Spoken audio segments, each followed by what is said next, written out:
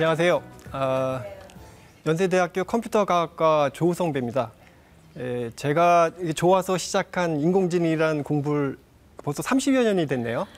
그래서 뭐 사실은 이렇게 많은 분들이 관심을 가져주시리라고는 뭐 꿈에도 생각을 못했는데 하여튼 뭐 기쁘게 생각을 하고요. 뭐 제가 알고 있는 범위 내에서 오늘 인공지능에 대해서 좀 얘기를 해보려고 이렇게 자리했습니다. 근데 여러분들 그 축구 좋아하시나요? 네. 보통 이렇게 축구 경기하면 특히 뭐 한일전 결승전 이러면 혼자 안 보죠. 이렇게 여기에 이렇게 모여서 3-3-5 이렇게 응원하기도 하고 뭐 그런 게 일반적인데 얼마 전에 보니까 이거 축구 경기도 아닌데 한일전도 아닌데 이렇게 많은 분들이 관심을 가졌던 게임이 있었습니다. 뭐죠? 네, 그 알파고하고 이세돌 구단하고 게임을 했던 건데요. 사실은 이 게임이 있기 직전까지만 해도 그 일반인도 그랬고 사실은 뭐 저와 같은 전문가들도 이번에는 아마 알파고가 이기지 못할 거라고 예측을 했습니다.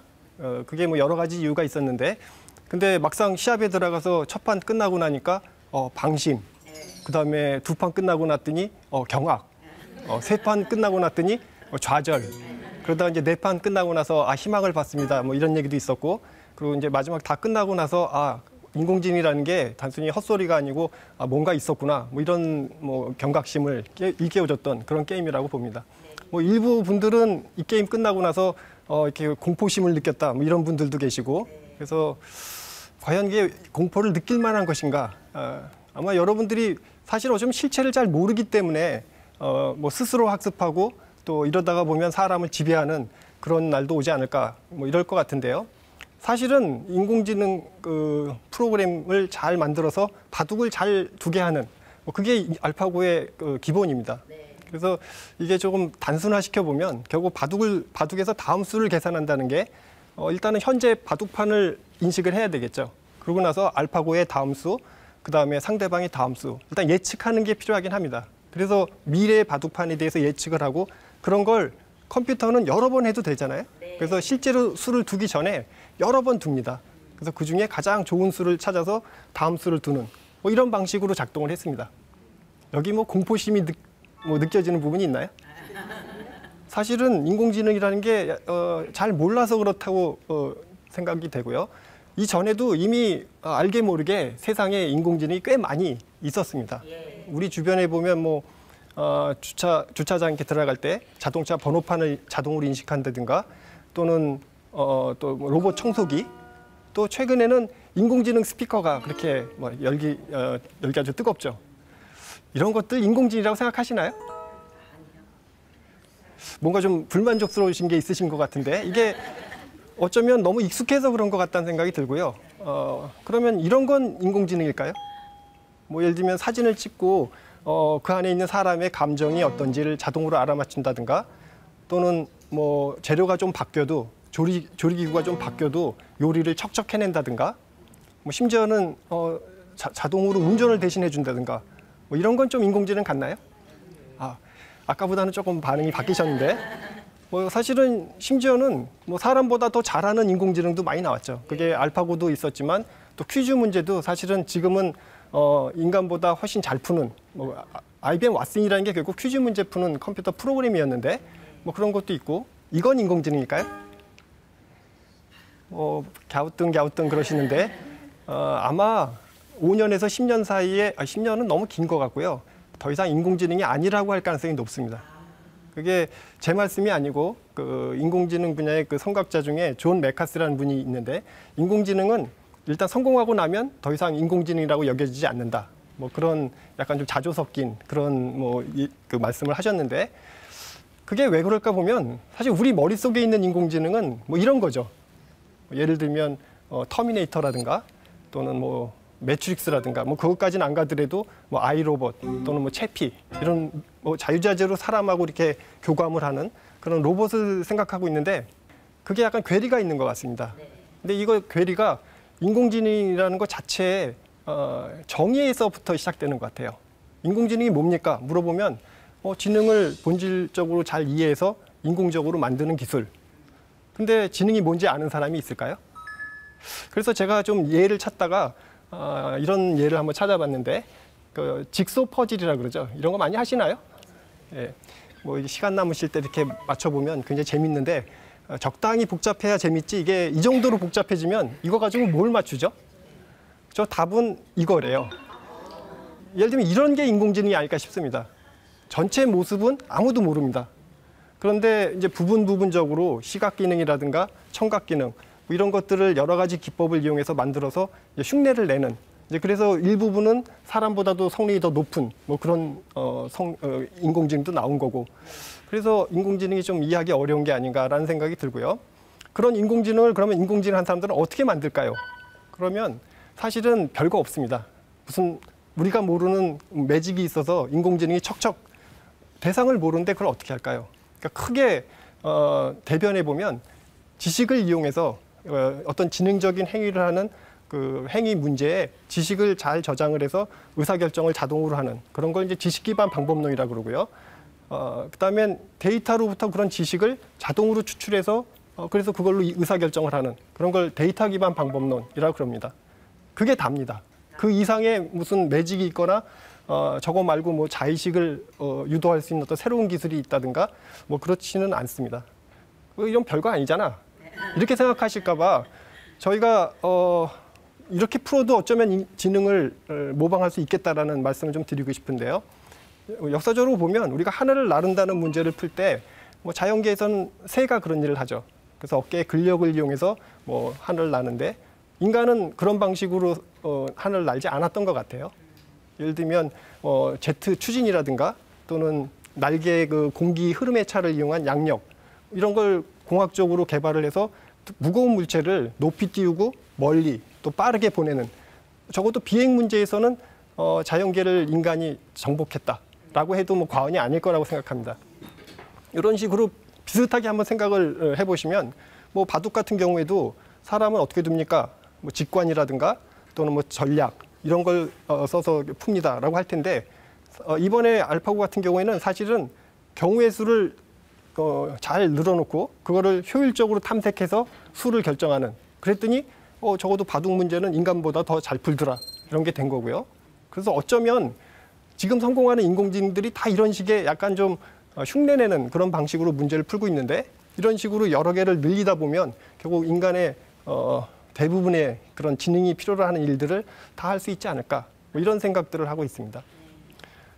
최근에 그래서 4차 산업혁명에 굉장히 관심들이 많은데요. 이런 4차 산업혁명 시대에 인공지능이 꼭 필요할 것 같습니다. 뭐 제가 보는 4차 산업혁명에는 센서가 굉장히 중요할 것 같고요. 그걸 우리가 일반적으로 IoT라고 얘기를 하는데요. 만물 인터넷. 그리고 센서가 여기저기 붙어서 그냥 센싱만 하는 게 아니고 거기서 많은 양의 데이터를 생성을 하는 거죠. 생성된 데이터가 그냥 데이터로 존재하면 아무 의미가 없죠. 구슬이 서말이라도 꿰야 보배인데 그래서 그 꿰려면 데이터를 분석한다든가 또는 뭐 제어를 한다든가 뭐 이런 어떤 기능이 필요한데 그런 기능을 하는 소프트웨어가 인공지능일 거다라고 생각을 합니다. 그래서 인공지능이 잘 분석을 해서 뭐 예를 들면 제조업 분야의 효율성을 높인다든가 또는 서비스업 분야의 편의성을 높이는 그래서 어떤 산업 구조라든가 사회 구조의 혁신을 일으키는 그런 혁명이 4차 산업혁명이 아닐까 뭐 그런 생각을 해봤습니다. 그런데 인공지능은 사실 이런 단순한 기술이 아니라는 게 좀 어려운 것 같습니다. 이게 예를 들면 자율주행차를 예를 들어보면요. 자율적으로 주행한다는 문제가 결국은 그 승객을 목적지까지 안전하게 이동시키기 뭐 이것만 풀면 될 것 같죠. 그래서 그거 열심히 만듭니다. 뭐 딥러닝도 사용하고 뭐 추론도 하고 근데 지금 나온 기술이 이미 90%, 99% 이상 웬만큼 푼 것 같아요. 근데 그럼에도 불구하고 왜 우리 시중에 막 나오지 못할까? 이제 풀어야 될 여러 가지 제반 문제들이 있는데요. 뭐 대표적인 게 인공지능은 결국 소프트웨어이기 때문에 예를 들면 그 소프트웨어를 누군가가 해킹을 해서 뭐 범죄에 이용한다든가 이러면 곤란하겠죠. 그러니까 보안 문제가 굉장히 중요한 그런 요소가 될 것 같고 그다음에 또 법도 좀 풀어야 됩니다. 예를 들면 법적으로 자율주행하던 차가 뭐 사고를 냈다든가 누가 책임을 지죠? 뭐 그런 것도 뭐 승객이 지자니 그렇고 차주가 지자니 그렇고 판매사가 지자니 그렇고 뭐 개발한 사람이 지자니 그렇고 뭐 그런저런 것들에 대한 법적인 어떤 장치가 아직은 정립이 안 돼 있고요. 또 심지어는 윤리도 문제가 됩니다. 이게 무슨 인공지능 하는데 윤리까지 따져야 돼. 골치 아프네. 뭐 이렇게 생각할지 모르겠는데요. 뭐 예를 들면 대표적인 문제가 자율적으로 막 운행하던 차가 갑자기 앞에서 10명이 튀어나와서 급제동을 못하게 생겼어요. 이 자동차는 어떻게 해야 될까요? 뭐 급제동 못하겠으니까 그냥 갑시다. 곤란하겠죠. 그래서 유일하게 할 수 있는 방법이 급 우회전을 해야 되는데 급 우회전을 하면 낭떠러지예요. 그래서 만약 그런 결정을 내렸을 때 승객이 다쳐야 돼.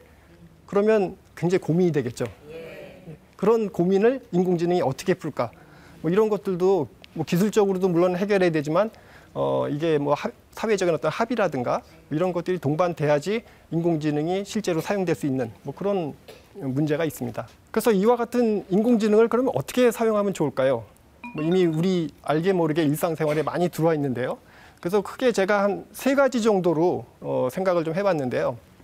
일단 단기적으로는 본인이 하는 업무가 됐든 아니면 뭐 관심 있는 분야가 됐든 데이터를 굉장히 많이 모을 수 있다. 그러면 한 번쯤 써볼 수 있을 것 같습니다.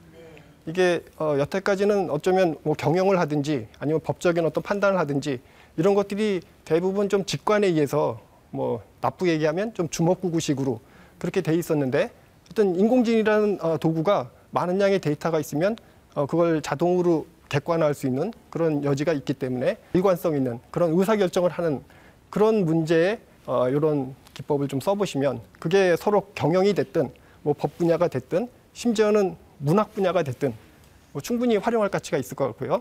그다음에 그 4차 산업혁명하고 관계에서도 또 보면 최근에 사실은 4차 산업혁명이 등장했던 이유도 뭐 저성장, 그다음에 고령화 뭐 이런 생산 가능 인구가 감소하는 걸 좀 생산성 향상하는 도구로 좀 해결해 봅시다. 그 도구가 인공지능. 장기적으로는 뭐 제 입장에서는 인공지능은 어쩌면 선택이 아니고 필수여야 될 것 같습니다. 이게 최근에 보면 뭐 모든 사람들이 고독감을 느끼고 또 소외감도 느끼고 뭐 그러다 보니까 여러 가지 사회적인 어려움, 문제들이 생기죠. 그런데 인공지능이 하겠다는 목표가 그 인간 기능을 대신하는 걸 만들어 보겠다는 거니까 어쩌면 그런 걸 잘 만들면 우리 사회가 좀 더 건강하게 되는데 일조할 수도 있겠다. 뭐 이런 생각을 해봤습니다. 그래서 어쩌면 인공지능은 뭐 어쩌면 먼 미래 기술이라기보다는 지금 바로 이 자리에서 사용되는 그런 기술이라고 보고요. 그래서 뭐 편의성과 효율성을 증대시킨다든가 그다음에 노동 시간을 감소하고 노동 시간이 감소돼서 일자리를 뺏겼습니다. 이러면 좀 곤란하겠죠. 근데 거기에는 물론 정책적인 어떤 보완 장치가 필요하겠지만 오히려 인공지능이 못하는 일, 하기 어려운 일, 그런 일에 대해서는 노동 가치가 또 상승할 수 있는 여지가 있기도 하고요. 그러다 보면 뭐 어쩌면 우리 인간은 조금 더 여가 시간이 늘어날 수도 있고 뭐 봉급 없이 여가 시간 늘어나면 좀 힘들겠지만 그렇지 않으면 뭐 일주일에 3일만 근무하고도 연봉은 같습니다. 그러면 좋죠. 그럼 나머지 남는 시간에 뭘 할까요?